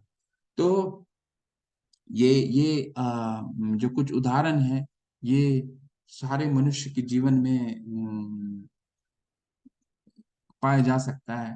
आप किसी चीज को देखिए, किसी चीज से अगर हमारी आसक्ति है, किसी चीज से सुख हम पाना चाहते हैं, तो वही हमारे दुखों का कारण बनता है। ठीक है, ये 29वां श्लोक है, और बहुत महत्वपूर्ण, इसे शांति सूत्र बोला जाता है। ठीक है, भोक्ताराम यज्ञतपसाम सर्वलोक महेश्वरम सुहृदय सर्वभूतानां ज्ञात्वा माम शांति मृच्छति। मुझे समस्त यज्ञों तथा तपस्याओं का परम भोक्ता, समस्त लोकों तथा देवताओं का परमेश्वर एवं समस्त जीवों को उपकारी एवं हितैषी जानकर मेरे भावनामृत से पूर्ण। वीडियो ऑफ रखिए प्लीज आप लोग। मुझे समस्त यज्ञों तथा तपस्याओं का परम भोक्ता, समस्त लोकों तथा देवताओं का परमेश्वर एवं समस्त जीवों को उपकारी एवं हितैषी जानकर मेरे भावनामृत से पूर्ण पुरुष भौतिक दुखों से शांति लाभ करता है। हम अशांत जीवन में क्यों होते हैं? अशांत, हमारी शांति का अशांत होने का क्या कारण है? क्योंकि हम स्वयं को भोक्ता मानते हैं। ठीक है, स्वयं को भोक्ता मानते हैं, और इसी कारण हम अशांत रहते हैं। ये मैंने किया है। ठीक है, ये जो मैं और मेरे की भावना है, जो धृतराष्ट्र ने शुरू किया था, तो भगवान इसको बताते हैं कि हमें शांति कैसे प्राप्त होगी। शांति तब प्राप्त होगी जब ये हमें समझ में आएगा कि हम भोक्ता नहीं हैं, भगवान भोक्ता है। ठीक है, तो क्या हो जाएगा, हम शांत हो जाएंगे। भगवान भोगता है, दूसरा भगवान क्या कह रहे हैं, सर्वलोक महेश्वरम, मैं सभी लोगों का महेश्वर हूँ। महेश्वर का क्या मतलब है, ईश्वर को, ईश्वरों का ईश्वर, महा ईश्वर हूँ, सभी देवताओं का मैं ईश्वर हूँ, परमेश्वर हूँ। ठीक है। तीसरा भगवान क्या कह रहे हैं, मैं सबसे सुहृदय सर्वभूताना, मैं सबसे बड़ा आपका हितैषी हूँ। जब ये हमारे को पता चल जाता है कि ये तीन चीजें, तो हमें जीवन में बिल्कुल हमारे हमें हम अशांत नहीं रहेंगे। ठीक है। हितैषी का क्या मतलब, मान लीजिए हम जीवन कहीं रास्ते में हम मुश्किल में फंस जाते हैं। ठीक है। रास्ते में मुश्किल में फंस जाते हैं, या हमारी गाड़ी रुक जाती है, गाड़ी हमारी खराब हो जाती है, हमें पुलिस पकड़ लेती है, और हमें ये मालूम है कि हमारा मित्र जो है वो पुलिस में बहुत अच्छे आधिकारिक पोस्ट में बैठा हुआ है। तो क्या होता है, हमें हम शांत हो जाते हैं कि नहीं, हमारे पीछे कोई तो है। भगवान ये बता रहे हैं कि तुम अशांत क्यों हो, तुम्हारे पीछे तो मैं बैठा हूं, और तुम जो अभी कर रहे हो, जिस स्थिति में तुम हो, वो स्थिति तुम्हारे लिए सर्वश्रेष्ठ स्थिति है। भगवान कह रहे हैं मैं तुम्हारा सबसे बड़ा हितैषी हूँ, सुहृदय सर्वभूतानां। तो ये, अगर हम ये तीन चीजें जान जाते हैं, पहला चीज क्या है, हम भोगता नहीं है। ठीक है। भगवान भोगता है। दूसरा, अम, भगवान सभी सभी देवताओं के परमेश्वर हैं। तो हमें और तीसरा कि हमारे सबसे भगवान जो हमें फल दे रहे हैं, सफलता हो या असफलता हो, भगवान वो सोच समझ करके दे रहे हैं। बच्चा का पेट खराब हो जाता है, मिठाई खाने जाता है, अगर पैसे लेकर के जाता है, मिठाई की दुकान में जाता है मिठाई खरीदने के लिए, तो दुकान वाला क्या पैसे लेकर के उसको मिठाई दे देगा। हो सकता है उसका पेट खराब हो, लेकिन उसे पैसे से मतलब है, उसको मिठाई दे देता है। वही बच्चा अगर अपने पिता के पास जाता है और कहता है कि मुझे मिठाई चाहिए, तो उसके पिता क्या बोलेंगे, उसके पिता बोलेंगे नहीं, तुमको अभी ये मिठाई नहीं देंगे। क्यों? क्योंकि तुम्हारा स्वास्थ्य ठीक नहीं।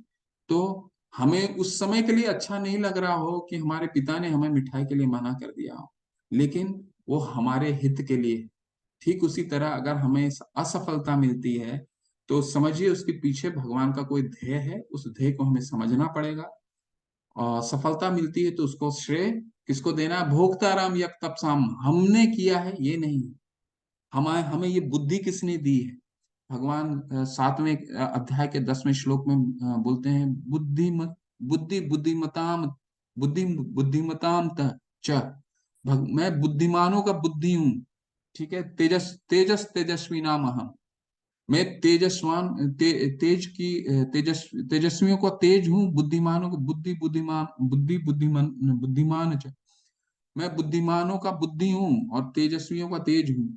तो ये जो बुद्धि भगवान देते हैं, जिससे हम अच्छी शिक्षा ग्रहण करते हैं, अच्छी शिक्षाओं के बाद हमें अच्छी व्यवसाय करते हैं, अच्छी नौकरी करते हैं, जिसके साथ हमें पैसा कमाते हैं, और इसका हम भोक्ता समझते हैं। लेकिन हमें क्या करना है, हमें भगवान को इसको अर्पित करना है कि आपके कारण मुझे ये बुद्धि मिली, और इस बुद्धि के कारण मैं शिक्षा प्राप्त कर पाया, शिक्षा प्राप्त करने के कारण मैं ये नौकरी प्राप्त कर पाया, और जो मैं कमा रहा हूँ ये इसके आप अधीक्षक हो, मैं नहीं। ठीक है। तो ये अगर हम करते हैं, अगर हम अपने सारी सामग्री भगवान को अर्पित करते हैं, तो हम शांत हो जाते हैं। इसीलिए इसे शांति सूत्र बोला जाता है। तो हमारा मानव शरीर बहुत मूल्यवान है। ठीक है। सोने की एक ईंट मूल्यवान है, और इसे कागज के वजन के रूप में उपयोग करने से बेहतर उद्देश्यों के लिए उपयोग किया जा सकता है। इसी प्रकार बहुमूल्य मानव जीवन का उपयोग सांसारिक अर्थ भोग के बजाय वास्तविक सुख प्राप्त करने के लिए किया जाना चाहिए। बहुत सुंदर है इसका उदाहरण कि हम भोक्ता, स्वयं को भोग के लिए नहीं करना है। अब सोने की ईंट को ले लीजिए, हम चाहें तो उसको पेपर वेट के रूप में इस्तेमाल कर सकते हैं, लेकिन हम ऐसा नहीं करेंगे। क्यों? क्योंकि हमें मालूम है कि पेपर वेट के लिए क्या उपयोग करना है और सोने को कहाँ उपयोग करना है। ठीक उसी तरह ये जो मानव शरीर हमें मिला है, जहाँ कॉन्शसनेस है, चेतना है, ठीक है, हम ये समझ सकते हैं, हम आपस में गीता को अध्ययन कर सकते हैं, गीता को समझ सकते हैं, लेकिन एक पशु, जिसको हम पशु एक गीता को नहीं समझ सकता। ये पूरे शास्त्र लिखा गया है मनुष्य के लिए। तो ये मनुष्य का जो शरीर है ये बहुत ही मूल्यवान है, इसको हमें समझना होगा, और इसको क्या करना होगा, इसकी भगवान की चेतना को विकसित करने में लगाना होगा। और चार चीजें, वो चार चीजें क्या है? आहार निद्रा भय मैथुनम च समन्वयम एतत् पशुभिः नारणम। आहार सोना, आहार मतलब खाना, निद्रा सोना, भय डिफेंड करना, अपने को सुरक्षा देना, मैथुन, ठीक है। आहार हम भी करते हैं, पशु भी करते हैं। कई पशु हमसे अच्छा आहार लेते हैं, ठीक है, हाथी हमसे अच्छा खाना खा लेता है, ठीक है। निद्रा, निद्रा हम भी सोते हैं, पशु भी सोते हैं, और कई पशुगण तो पशु जो है वो हमसे ज्यादा अच्छे सो सकते हैं, ठीक है। कोई कोई कोई पशु पोलर बियर जैसे 6-6 महीना सोता है। भय, भय हम भी अपने परिवार की सुरक्षा करते हैं, और एक पशु भी अपने परिवार की सुरक्षा करता है, ठीक है। पशु के बच्चे को आप दौड़ाने जाइए, पशु का जो माँ होती है वो आपके पीछे आ जाएंगी, ठीक है। तो वो भी अपनी परिवार की सुरक्षा करता है, हम भी करते हैं। मैथुनम, मैथुनम यानी बच्चे पैदा करना, वो हम भी करते हैं, पशु भी करता है, ठीक है। तो कई कई पशु, कई कीट जो है वो बहुत बच्चे पैदा, मच्छर बहुत सारे बच्चे पैदा कर सकते हैं। तो ये जो चार चीज हैं, कई पशु हमसे आगे हैं इससे। समन्वयम एततु पशु भी, ये हम भी करते हैं और पशु भी करता है, परंतु हम में और पशु में क्या अंतर है? धर्म ही देशम अधिक विशेष हो। धर्म का पालन करना हम में और पशु को अंतर करता है। धर्म क्या है? धर्म है जो भगवान हमें सिखाते हैं, ठीक है, वही धर्म का पालन, वही धर्म है, ठीक है। जो सरकार हमारे लिए इस पूरे देश में कानून व्यवस्था है, जो कानून है सरकार लेती है, जिससे, जिस कानून से हम बंधे हुए होते हैं, अगर उस कानून का हम पालन नहीं करें तो क्या है, हमें सजा मिलती है। ठीक उसी तरह भगवान ने जो आदेश दिया है उसको धर्म बोलते हैं, उसको पालन करने को धर्म बोला जाता है। तो ये हम कर सकते हैं, ये हम में और पशु में फर्क को, अ, हम में और पशु का फर्क करता है। भगवान के आदेशों का पालन करना ही धर्म है, ठीक है। तो प्रभुपाद जी ये क्या कहते हैं इस अध्याय के बारे में? ये 5वां अध्याय कृष्ण भावनामृत की, जिसे सामान्यतः कर्म योग कहते हैं, व्यवहारिक व्याख्या है। व्यवहारिक, पूरे गीता जो है व्यवहारिक है। व्यवहारिक का क्या मतलब है? प्रत्यक्षवागमम धर्म्यम सुसुखम कर्तुम अव्ययम। 9वें अध्याय में जब हम पहुंचेंगे, भगवान बताएंगे ये प्रत्यक्ष अनुभूति कराने वाला ज्ञान है, ठीक है। ये व्यवहारिक ज्ञान है, और ज्ञान नहीं है, विज्ञान है। विज्ञान किसे कहते हैं? विज्ञान वो ज्ञान होता है जिसको प्रैक्टिकली आप व्यवहार में उतार सकते हैं, तभी तो वो विज्ञान हुआ। तो ये विज्ञान है, व्यवहारिक व्याख्या। यहाँ पर इस प्रश्न का उत्तर दिया गया है कि कर्म योग से मुक्ति किस तरह प्राप्त होती है। कृष्ण भावनामृत में कार्य करने का अर्थ है भगवान के पूर्ण ज्ञान के साथ कर्म करना। ऐसा कर्म दिव्य ज्ञान से भिन्न नहीं होता। प्रत्यक्ष कृष्ण भावनामृत भक्ति योग है, और ज्ञान योग वह पथ है जिससे भक्ति योग प्राप्त किया जाता है। कृष्ण भावनामृत का अर्थ है परमेश्वर, परमेश्वर के साथ अपने संबंध को पूर्ण ज्ञान प्राप्त करके कर्म करना, और इस चेतना को पूर्णता का अर्थ है कृष्ण या भगवान का पूर्ण ज्ञान। तो भगवान यहाँ प्रभुपाद जी बहुत अच्छे से कृष्ण भावनामृत की को परिभाषित कर रहे हैं। भगवान का ज्ञान जान करके उनके जितने कर्म हैं उनके सेवा में लगाना, उसे कृष्ण भावनामृत कहते हैं। शुद्ध जीव भगवान के अंश रूप में ईश्वर को शाश्वत दास है।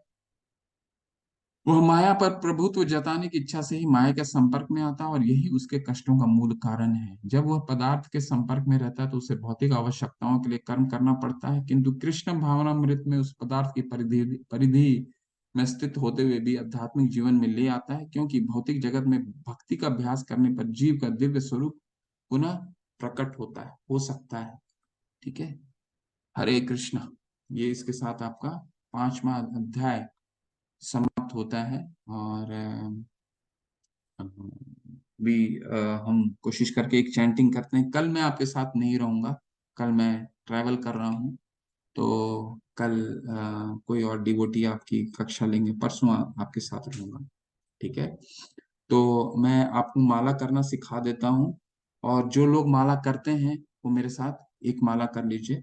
और जो लोग अभी शुरू नहीं किए हैं, बहुत अच्छा मौका है कि इस माला को आप शुरू कर सकते हैं। दोबारा मैं आपको समझा देता हूँ कि ये जो है इसे सुमेरु मोती बोला जाता है। ये जो सर्वप्रथम है, यहाँ पे हम पंचभूत मंत्र पढ़ते हैं। पंचभूत मंत्र में पांच तत्व का हम नाम लेते हैं। श्री जय श्री कृष्ण चैतन्य प्रभु नित्यानंदा श्री अद्वैत गदाधर शिवास आदि गौर भक्त वृंद, इस ये बोलते हैं। और फिर हम मंत्र शुरू करते हैं। हरे कृष्ण कृष्ण कृष्ण हरे हरे, हरे राम राम राम हरे हरे।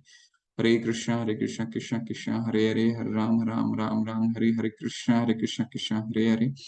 हरे राम राम राम हरे कृष्ण कृष्ण हरे राम राम राम हरे कृष्ण कृष्ण कृष्ण हरे राम राम राम हरे कृष्ण कृष्ण हरे राम राम हरे कृष्ण कृष्ण हरे राम राम हरे कृष्ण हरे राम राम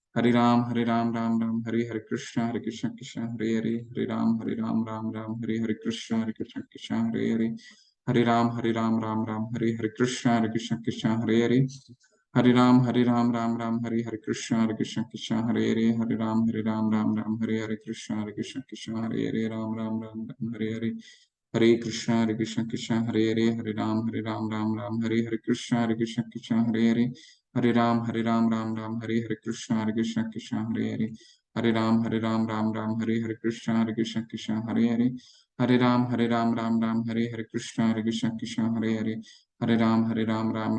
कृष्ण हरे कृष्ण कृष्ण हरे राम हरे कृष्ण हरे राम हरे कृष्ण कृष्ण हरे कृष्ण कृष्ण हरे कृष्ण कृष्ण हरे कृष्ण कृष्ण हरे राम हरे कृष्ण कृष्ण हरे कृष्ण कृष्ण हरे हरे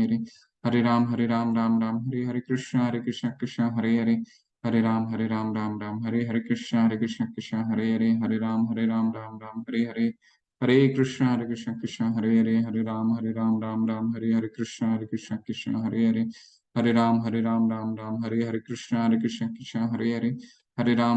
हरे कृष्ण कृष्ण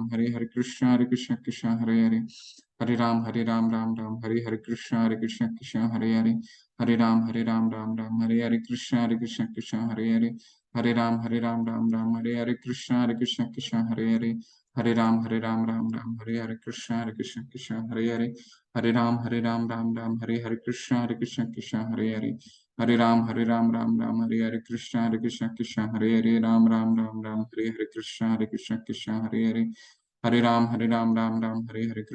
कृष्ण कृष्ण हरे कृष्ण कृष्ण हरे कृष्ण कृष्ण हरे राम हरे कृष्ण कृष्ण हरे कृष्ण कृष्ण हरे राम कृष्ण कृष्ण हरे कृष्ण कृष्ण हरे कृष्ण कृष्ण हरे कृष्ण कृष्ण हरे कृष्ण कृष्ण हरे कृष्ण कृष्ण हरे कृष्ण कृष्ण हरे हरे कृष्ण कृष्ण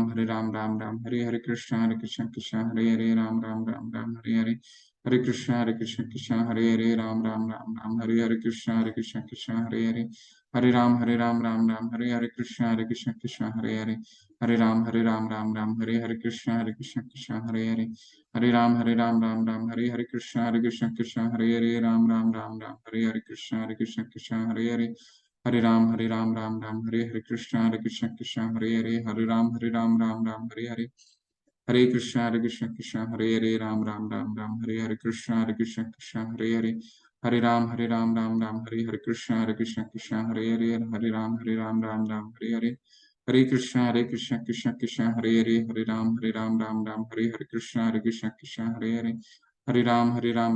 हरे कृष्ण कृष्ण हरे हरे कृष्ण कृष्ण हरे कृष्ण कृष्ण हरे कृष्ण कृष्ण हरे हरे कृष्ण कृष्ण हरे कृष्ण हरे कृष्ण कृष्ण हरे कृष्ण कृष्ण हरे हरे हरे कृष्ण कृष्ण हरे कृष्ण हरे राम हरे कृष्ण कृष्ण हरे कृष्ण कृष्ण हरे कृष्ण कृष्ण हरे कृष्ण कृष्ण हरे राम हरे कृष्ण कृष्ण कृष्ण हरे राम राम हरे कृष्ण हरे हरे हरे कृष्ण हरे राम राम हरे कृष्ण हरे कृष्ण हरे राम कृष्ण हरे कृष्ण हरे राम हरे कृष्ण हरे कृष्ण हरे कृष्ण हरे हरे कृष्ण हरे हरे राम हरे कृष्ण हरे कृष्ण हरे हरे कृष्ण हरे कृष्ण हरे हरे कृष्ण हरे हरे कृष्ण हरे कृष्ण हरे कृष्ण हरे हरे राम हरे कृष्ण हरे हरे कृष्ण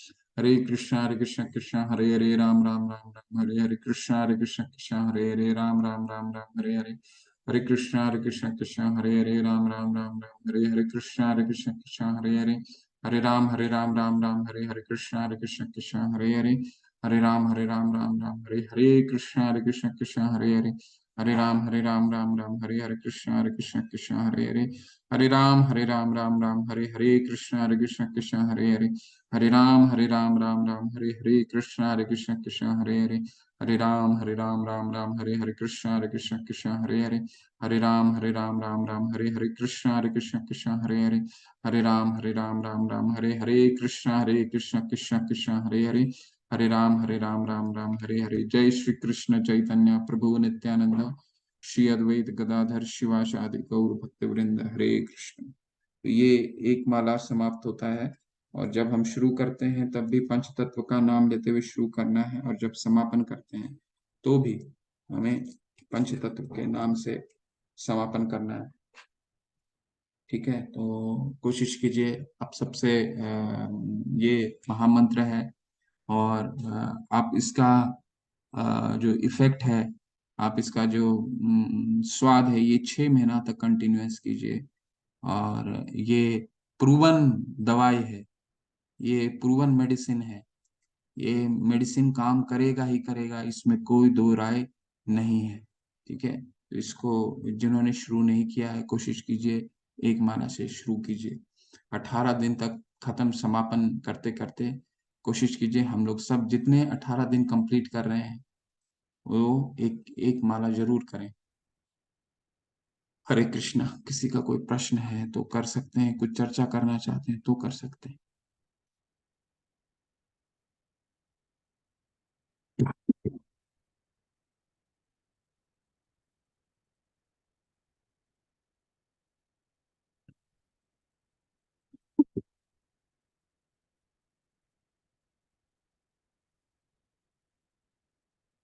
किसी का कोई प्रश्न है? कल का अध्याय जो है बहुत महत्वपूर्ण अध्याय है और कल का अध्याय, ये पूरे गीता जो है 3 भागों में विभाजित किया, 3 भाग में विभाजित होता है। पहला 1 से लेकर के 6 तक और 7 से लेकर के 12 तक। ठीक है, और 13 से लेकर के 18 तक। तो कल का जो दिन है ये पहला भाग को समाप्त होता है, समाप्त होगा।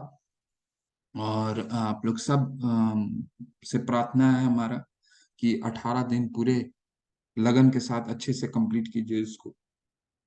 ठीक है, भगवान हमारे लिए बहुत कुछ लेकर के आए हैं पूरे इस गीता में। और वो इतना मेहनत किए हैं वो, और इसके बाद पूरे महाभारत की रचना हुई है। तो हमारे हमें इसको एक बार तपस्या कर करके इस 1 घंटा सारे मोबाइल को इधर करके इसको सुनना हमें जरूर चाहिए। कृष्णा और कृष्ण में क्या अंतर है प्रभु? कुछ अंतर नहीं है प्रभु। कृष्ण और कृष्ण एक ही है, कोई अंतर नहीं है। ठीक है, लिपि में अंतर है। राधा को राधे भी बोलते हैं ना, लिपि में अंतर है। ठीक है, माला करते समय उच्चारण होना चाहिए या मन मन में बोल कर करना चाहिए? जोर से बोल के कीजिए, सारे इंद्रिय व्यस्त रहेंगे, नहीं तो हमारा मन तो इतना है ना, माता वंदना माता जी की, तुरंत भटक जाता है। ठीक है, तो हम अगर मन में करते हैं ना, तो हम जोर से बोल के करते हैं, तो आप ये महसूस कीजिएगा, प्रैक्टिस करने की बात है। आप ये आपका कान भी व्यस्त हो जाता है सुनने में, लेकिन अगर आप मन मन में बोलते हैं तो आपका कान व्यस्त नहीं हो पाता। तो सारी इंद्रियों को जब माला कर रहे हैं, तो सारे इंद्रियों को अपने उसको व्यस्त कीजिए। कान को सुनने में व्यस्त कीजिए, जिह्वा को बोलने में व्यस्त कीजिए। ठीक है, तो उसको कर दीजिए, जितना भी व्यस्त कर सकते हैं व्यस्त कर दीजिए। जोर से बोलिए ताकि सुन सकें, मन में मत बोलिए। ठीक है, सुन नहीं पाएंगे ना, फिर हमारा मन इधर उधर भटक जाए। मन लगाने के लिए सुनना बहुत जरूरी है। मन को जाने दीजिए, जहां जाता है उसको बस सुनने का प्रयास कीजिए। ठीक है। हाँ,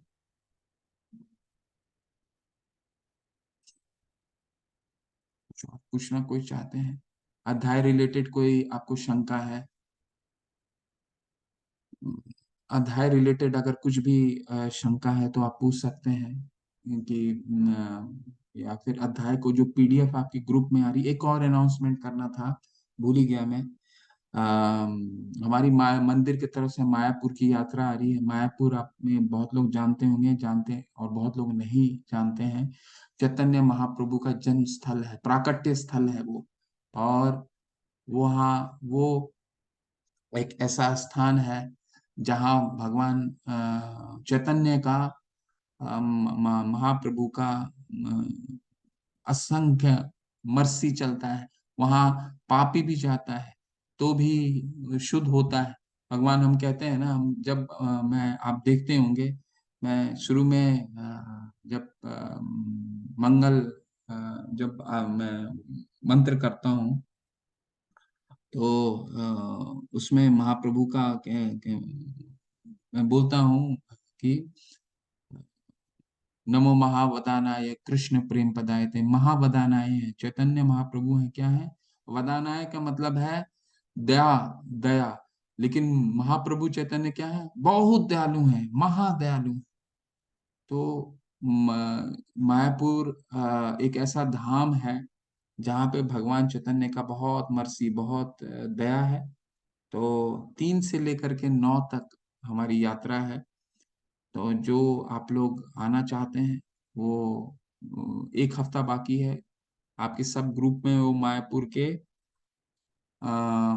पूरा टूर का आइटनरी आ रहा होगा, उसको बुकिंग कराइए। और जिसको भी इच्छा है, भगवान क्योंकि मंदिर के साथ जाने में क्या हमें ये मेरा अपना व्यक्तिगत अनुभव है कि मंदिर के साथ अगर हम जाते हैं, तो हम उनके उनके आंखों से, उनके ज्ञान से हम धाम का दर्शन करते हैं। नहीं तो हमें धाम क्या लगता है? एक सामान्य सड़क है, पेड़ है, बिल्डिंगें हैं, ये दिखती है हमें। मुझ जैसा व्यक्ति को तो, जो बद्धजीव, जो इतना पतित है, उसको तो यही दिखता है। लेकिन अगर हम भक्तों के साथ जाते हैं, उनके दृष्टिकोण से देखते हैं, तो हमें पता चलता है कि इस वृक्ष के नीचे तो भगवान चैतन्य ने अपने शिक्षा दिया था। इसके साथ ये लीला जुड़ा हुआ है, इस स्थान के साथ ये लीला है जुड़ा है। तो आप वहां पे उस धाम का महत्व समझ पाएंगे, और उसको आप महसूस कर पाएंगे वहां पे। तो एक बहुत, मंदिर के साथ जाने में कुछ अलग ही एक्सपीरियंस है। ठीक है, तो जो जिनको भी आने की इच्छा है, आप लोग आ सकते हैं। ठीक है, और उसके रिलेटेड कोई प्रश्न भी करना चाहते हैं तो आप लोग आगे के दिनों में कर सकते हैं। स्टार्टिंग में जो माला बोलते हैं, माला से पहले वो हर माला के स्टार्टिंग में और एंड में बोलना है, या फर्स्ट माला के स्टार्ट में और लास्ट माला के टाइम पे, दोनों शुरू में और अंत हम लोग पंच तत्व मंत्र से करते हैं। 5 भगवान कलयुग में जो आए थे उनका हम धन्यवाद देते हैं। जय श्री कृष्ण चैतन्य प्रभु नित्यानंदा, ये दूसरे हैं, ये बलराम नित्यानंद, श्री अद्वैत विष्णु, ठीक है, ठीक है। जय श्री कृष्ण चैतन्य प्रभु नित्यानंदा श्री अद्वैत गदाधर शिवास आदि गौर भक्ति वृंद, ठीक है। गदाधर राधा और शिवास एक ही जीव तत्व है, नारद मुनि। तो इन सब का हम धन्यवाद देते हैं कि इन्होंने ये महामंत्र को हमें कलयुग में दोबारा ला करके दिया। तो हम उनको ग्रैटिट्यूड देते हैं शुरू में भी, और फिर बाद में क्यों देते हैं? क्योंकि हम मंत्र के दौरान हमारा जो मन भटक जाता है ना, तो हम भगवान से क्षमा मांगते हैं कि देखिए, आपने इतना अच्छा मंत्र दिया हमें, इतनी शक्ति वाला मंत्र दिया। भगवान ने अपनी सारी शक्ति को इस अपने नाम को, अपनी जितनी भी शक्ति है उन नाम में, इस नाम में डाल दिया है कलयुग में। तो हमें नाम को इस तरह उच्चारण करना जैसे हम भगवान को पुकार रहे हैं, ऐसे नहीं हरे कृष्ण कृष्ण कृष्ण हरे हरे राम राम, ऐसे नहीं, पुकार रहे हैं, ठीक है। जैसे बच्चा जब हम बोलते हैं ना, हाथ उठा के हरे कृष्णा कृष्ण कृष्ण हरे हरे, हरे राम राम राम हरे हरे। हम हाथ क्यों उठाते हैं? क्योंकि बच्चा जब रोता है माँ के लिए तो कैसे रोता है? ऐसे करके रोता है ना बच्चा। तो वो पूर्ण रूप से माँ के लिए रोता है। ठीक हमें जब भगवान को पुकारना है तो पूर्ण रूप से बच्चे बन करके माँ भगवान के लिए पुकारना है। तो हम भगवान को पहले तो धन्यवाद देते हैं, और जब हम समाप्त करते हैं तो उनसे क्षमा मांगते हैं कि हमारा मन भटक गया था पूरे माला के दौरान, प्रभु आप मुझे क्षमा कीजिए, ठीक है। तो ये नियम है।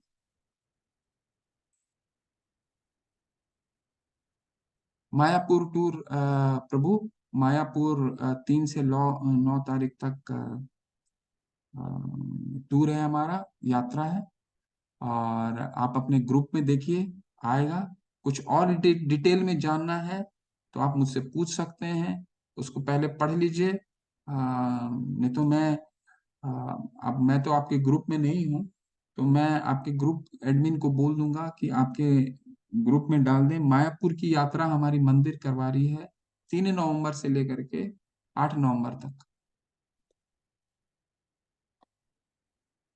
जी माता जी, हरे हरे कृष्ण कृष्ण, प्रभु जी। हरे कृष्ण आप माता जी। नाम बोल के कष्ट मत करना प्रभु जी। प्रभु जी, ये जो टीका लगाते हैं उसमें कुछ होता है क्या?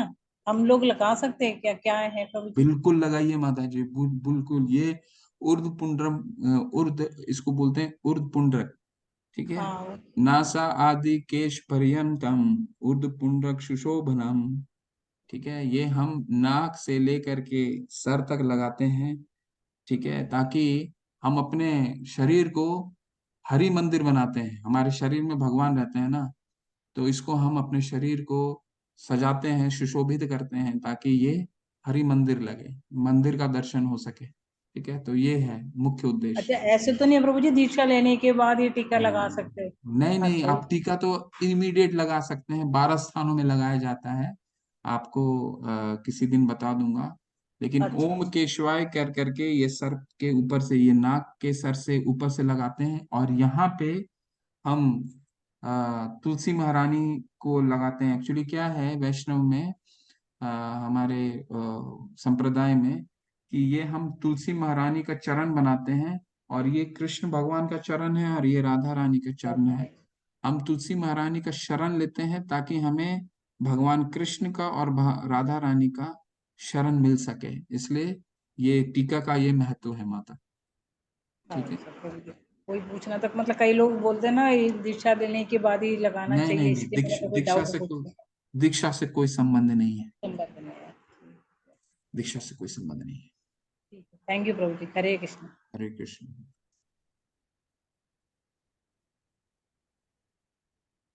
सही है। नहीं बोलते, हर लोग बोलते हैं लगाना।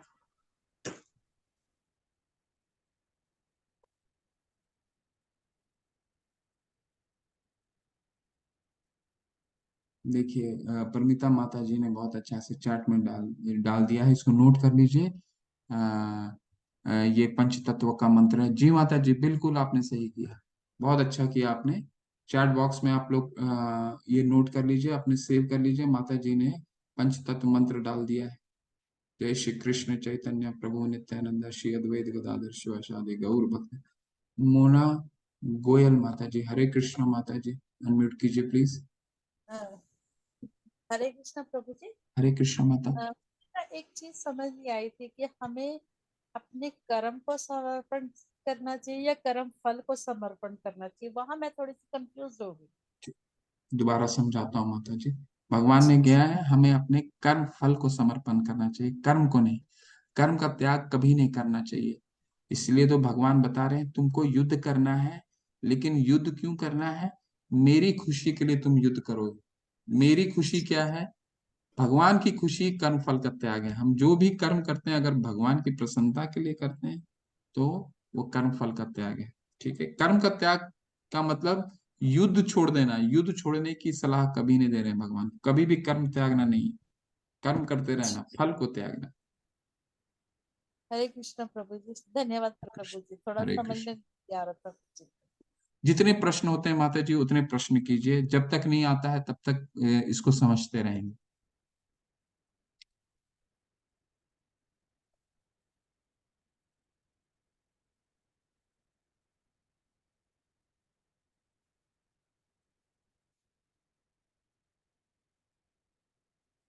नहीं अंकिता माता जी, वैष्णव तिलक आप कभी भी लगा सकते हैं, कभी भी लगा सकते हैं, इसे 16 माला से कोई लेना देना नहीं है।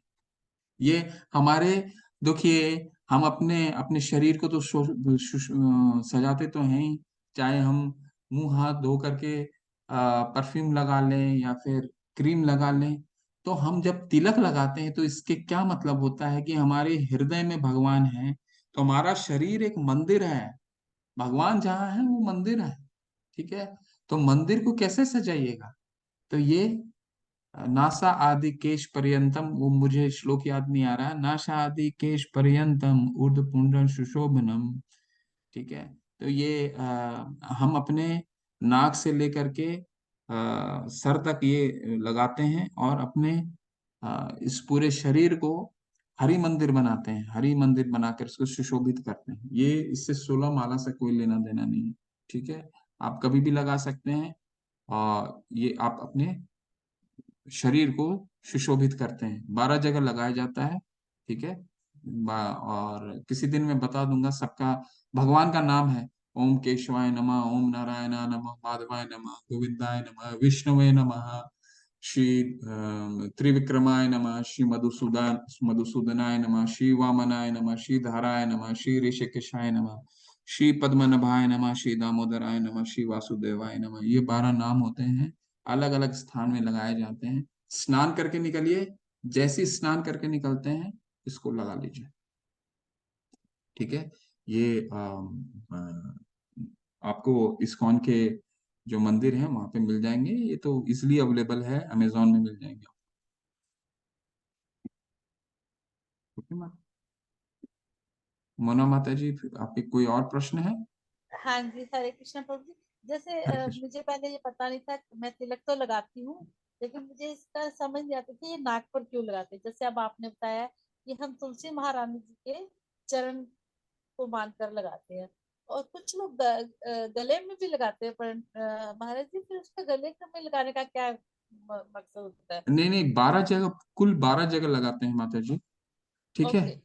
और ये 12 जगह लगाने का मतलब है हम भगवान का नाम लेते हैं हर 12 जगह में, और पूरे शरीर को सुशोभित करते हैं, सिर्फ सर को नहीं, पूरे शरीर को हम सुशोभित करते हैं इस मंदिर को। तो 12 जगह लगा के हम शरीर को सजाते हैं तिलक से। ठीक है, तो और 12 12 नाम लेते हैं, जैसे मैंने आपको नाम लेकर के अभी बताया, तो उसको 12 जगह 12 नाम लेते हैं भगवान का। जैसे हम भगवान को जब कुछ अर्पित करते हैं तो फिर नाम लेकर के अर्पित करते हैं ना, तो उसी तरह से जी। हमें ना अपना शरीर को सुशोभित करते हैं 12 जगह, उसमें गला भी आता है। ठीक है माता।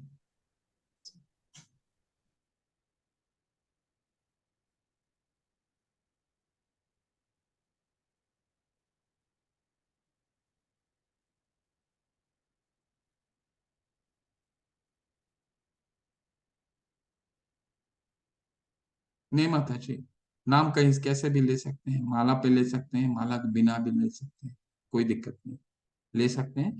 माला में लेने से क्या होता है, हमें पता रहता है हम कितना माला कर रहे हैं, रेगुलेट कर सकते हैं। अब नाम लेने में, नाम लेने के लिए कोई माला, कोई जप की आवश्यकता नहीं, परंतु जप अगर माला लेते हैं तो हमें पता रहता है कि हम माला जप के साथ कर रहे हैं, ठीक है, रेगुलेट कर सकते हैं। जैसे हमारे आचार्य ने, प्रभुपाद जी ने बताया 16 माला कम से कम।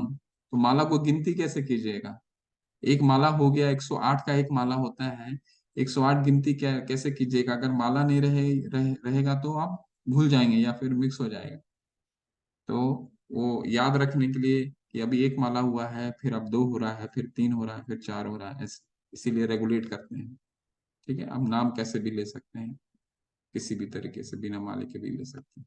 ठीक है, चलिए आज समापन करते हैं, फिर आपसे रविवार के दिन मिलते हैं।